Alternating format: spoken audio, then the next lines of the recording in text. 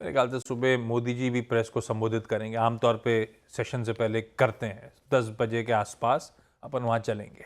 लेकिन लक्ष्मण, ज्यादा इंपॉर्टेंट क्या एजेंडा है? मार्केट्स के लिए आज से कौन से इंपॉर्टेंट बिल्स पेश किए जा सकते हैं? गुड मॉर्निंग आपको।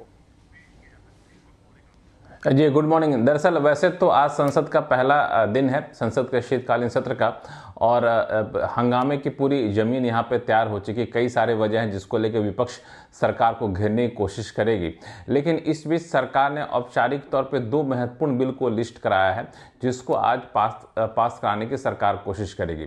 उसमें से एक है बैंकिंग सेक्टर को लेके बैंकिंग अमेंडमेंट बिल, और दूसरा है भारतीय वायुयान विधेयक जो कि एविएशन सेक्टर को लेकर के है। ये जो भारतीय वायुयान विधेयक है वो एविएशन सेक्टर में एक बहुत बड़ा परिवर्तन लाने वाला है, जो ईज ऑफ डूइंग बिजनेस को बढ़ावा देगा, एयरक्राफ्ट के घरेलू मैन्युफैक्चरिंग को बढ़ावा देगा, एमआरओ एक्टिविटी को बढ़ावा देगा, साथ ही साथ लाइसेंस से जुड़ी शर्तों में भी बदलाव करने का प्रस्ताव है। जो बैंकिंग अमेंडमेंट बिल है उसमें एक तो साफ कर दूं कि सरकारी बैंकों में हिस्सेदारी बेचने से जुड़ा हुआ जो प्रस्ताव की अटकलें थी वो इस बिल का प्रावधान का हिस्सा नहीं है। दरअसल यहाँ पे खाता धारक को अपने नॉमिनी 1 की बजाय 4 रख सकते हैं। जो सब्सटेंशियल इंटरेस्ट होता है डायरेक्टर का, उसकी शर्तों में छूट दी जा सकती है। रिपोर्टिंग की जो अवधि होती है उसमें बदलाव किया जा सकता है। तो इस तरह कुछ बदलाव हैं जो बैंकों के इंटरनल कामकाज को सुधारेंगे। तो ये महत्वपूर्ण बिल है जो आज के लिए लिस्ट किया गया है। वैसे पूरे सेशन के लिए कई सारे इकोनॉमी से जुड़े हुए बिल है जो समय समय पर आपको बताता रहूँगा मैं।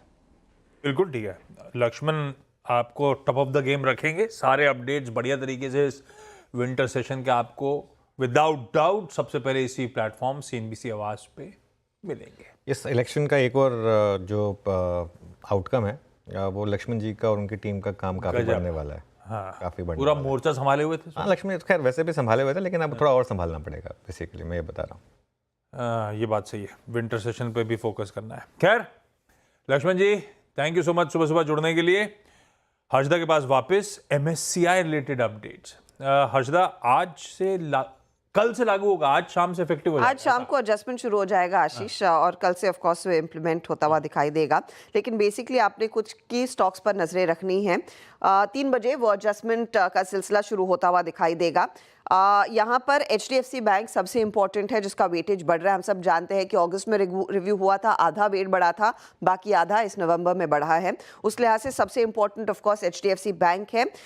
लेकिन आपको फंड फ्लो पर ध्यान देना है। जो एस्टिमेटेड है वो नियरली $1194 मिलियन तक का फंड फ्लो HDFC बैंक में आता हुआ दिखाई देगा। अब दूसरे कौन से स्टॉक्स हैं जो इंडिया के स्टैंडर्ड इंडेक्स MSCI के स्टैंडर्ड इंडेक्स में हिस्सा बनते हुए दिखाई देंगे? वोल्टास, जहां पर $205 मिलियन के फंड फ्लो का अनुमान है। एल्केम लैब्स $172 मिलियन का फंड फ्लो, $170 मिलियन का फंड फ्लो BSE में, कल्याण ज्वेलर्स में $158 मिलियन का, और ओबरॉय रियल्टी में $141 मिलियन तक का फंड फ्लो आता हुआ दिखाई देगा। स्मॉल कैप की भी एक लिस्ट बनी है जिसमें कुछ स्टॉक्स की एंट्री हो रही है। DCM Shriram, signature global, eureka, Forbes जैसी कंपनियां, आपका JSW होल्डिंग और इंडिजीन, ये कुछ स्मॉल कैप में एंटर होते हुए दिखाई देंगे। तो ये इनफैक्ट वो पूरा पैक है जिस पर आपकी आज नजरें होनी चाहिए। पूरा एक्शन लार्जली 3 बजे के बाद। परफेक्ट। बाकी के स्टॉक्स की न्यूज़ हर्षदा? दूसरे स्टॉक्स जो आज रेडार पर रखेंगे आशीष, उसमें SBI कार्ड पर नजरें रहेंगी। अक्टूबर का डेटा आ चुका है, उस पर्सपेक्टिव से अगर आप देखें तो स्टेबिलिटी देखने को मिल रही है कंपनी के इस नंबर में। कार्ड्स जो है वो करीब 9.6% बढ़कर नियरली 2 करोड़ के कार्ड्स हैं। मंथ ऑन मंथ नियरली 1% का इजाफा, ईयर ऑन ईयर ज़्यादा बेहतरी है। स्पेंड्स हालांकि कुछ घटे ज़रूर हैं। यहाँ पर ईयर ऑन ईयर अगर आप ध्यान देंगे तो 10% की गिरावट है, मंथ ऑन मंथ पिकअप देखने को मिला है। Average ticket size of spends जो है 16,110 के आसपास है, जो ईयर ऑन ईयर 18% नीचे है। साथ ही साथ मार्केट शेयर के लिहाज से देखें, मार्केट शेयर कंपनी थोड़ा सा स्टेडी रख पाई है। 19.08% से 18.5% के आसपास है। थोड़ा सा ट्रिम हुआ है लेकिन तब भी टॉलरेबल रेंज में है। और इनके स्पेंड्स हालांकि थोड़े से घटे ज़रूर हैं। पिछले साल जहां पर स्पेंड्स ऑन एन एवरेज 19.81% के आसपास थे, इस पर्टिकुलर क्वार्टर में ये घटकर आए हैं 15.78%। तो ये एक स्टॉक रेडार पर। फिर दो फार्मा कंपनियां, ओरो फार्मा और एलेम्बिक। ओरो की एक यूएस सब्सिडरी दरअसल एक और ग्लोबल फार्मा कंपनी के साथ हाथ मिला रही है।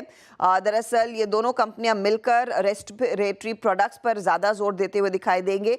मैक्सिमम इन्वेस्टमेंट से जो होगा वो ओरो की तरफ से $90 मिलियन का रहेगा। ओरो लार्जली मार्केटिंग करेगा, दूसरी कंपनी मैन्युफैक्चर और मार्केटिंग दोनों करेगी। एलेम्बिक के लिए थोड़ा सा सेटबैक है। गुड मैन्युफैक्चरिंग प्रैक्टिसेस का दरअसल जांच हुई थी कंपनी के solid oral formulation plant F4 जारोड में। यूएस FDA ने फॉर्म 483 इशू किया है। 5 प्रोसीजरल आपत्तियां यहां पर उभर कर आई हैं जिसको कंपनी को एड्रेस करना पड़ेगा। मैं एलेम्बिक फार्मा की बात कर रही हूं, वो स्टॉक आपके रेडार पर आएगा। दूसरी खबरों में आयशर मोटर्स, इन्होंने गोअन क्लासिक 350 यानी कि एक और 350 सीसी की बाइक लॉन्च की है जो प्राइस्ड है 2,35,000 से 2,38,000 के बीच। प्रोटियन ईगव, आपको याद होगा फ्राइडे को हम बात कर रहे थे, OFS खुला है, नॉन रिटेल ने पार्टिसिपेट किया। आज रिटेल के लिए दरअसल ये OFS खुलता हुआ दिखाई देगा। भारतीय एयरटेल भी रेडार पर रखिए, अंडर परफॉर्मर रहा है ऑफ लेट, लेकिन S&P ने यहाँ पर रेटिंग बढ़ा दी है। S&P ने आउटलुक जो है पॉजिटिव किया है, रिवाइज करके पॉजिटिव किया है अर्निंग्स की मजबूती के मद्देनजर, और रेटिंग BBB- है। भारतीय एयरटेल की अर्निंग्स अच्छी खासी ग्रोथ दिखाने वाली है अगले 2 सालों में, यानी कि 24 महीनों में, ये कंपनी का कहना है। जो इंडिया बिजनेस के ऑपरेशंस हैं वो दरअसल ऑफसेट करेंगे अफ्रीका में जो करेंसी डिवैल्यूएशन हो रही है और अफ्रीका बिजनेस जो सफ़र कर रहा है उस पर्सपेक्टिव से। साथ ही साथ बढ़ती अर्निंग्स टैरिफ्स के मद्देनजर कंपनी को डीलेवरेज करने में भी मदद करेंगी, ये S&P की रिपोर्ट कहती है। कोची शिपयार्ड रेडार पर रखेंगे। यूएस की कंपनी के साथ MOU किया है क्रिटिकल इक्विपमेंट जैकअप रिग्स का, भारत में मैन्युफैक्चर कंपनी करती हुई दिखाई देगी। रखिए सारे इंटरेस्टिंग स्टॉक्स अपने रेडार पे। और जो अपफ्रंट चर्चा हुई थी, जो की थीम्स होंगी जो शायद आज आउट परफॉर्म कर रही होंगी, सरकारी बैंक्स हुए, डिफेंस हुई, रेलवेज रिलेटेड स्टोरीज हुई, उनमें शायद बढ़िया आउट परफॉर्मेंस का दिन, इवन रियल एस्टेट, और वो भी महाराष्ट्र सेंट्रिक।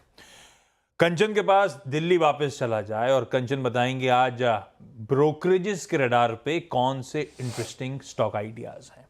कंचन, गुड मॉर्निंग।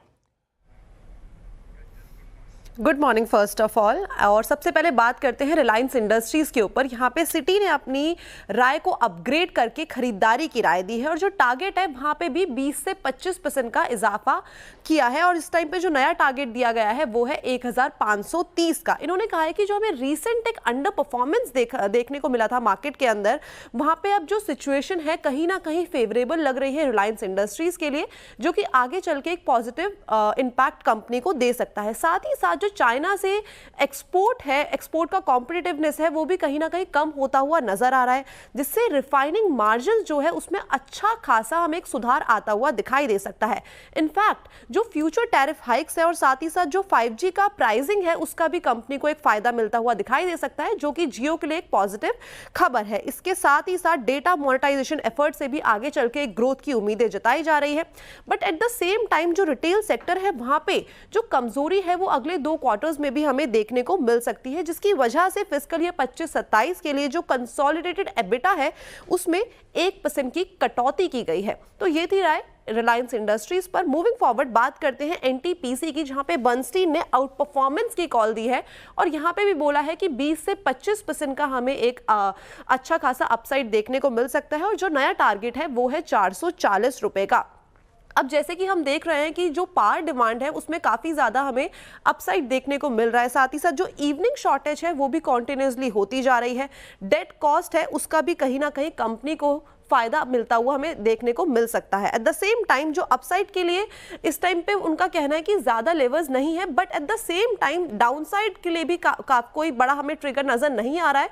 तो यहाँ पे हमें जो सिचुएशन है कहीं ना कहीं बैलेंस आउट होती हुई जरूर दिखाई देगी। एट द सेम टाइम अगर स्टॉक की अर्निंग्स की बात करी जाए तो वो 16x पर ट्रेड कर रहा है और साथ ही साथ EV बाय एबिटा भी इस टाइम पे 10x पे ट्रेड कर रहा है, जो कि ग्लोबल पीयर्स के कंपैरेटिवली काफी ज्यादा इनलाइन है। तो ये सारे फैक्टर्स हैं जो कंपनी को कहीं ना कहीं सपोर्ट दे रहे हैं, जिसके चलते 20 से 25% का हमें अपसाइड देखने को मिल सकता है। बिल्कुल ठीक। रिलायंस के साथ साथ रखिए एनटीपीसी को रडार पे और रखिए IGL को रडार पे। MGL ने दाम बढ़ाए थे मुंबई वालों के लिए, तो अब वीरू की बारी।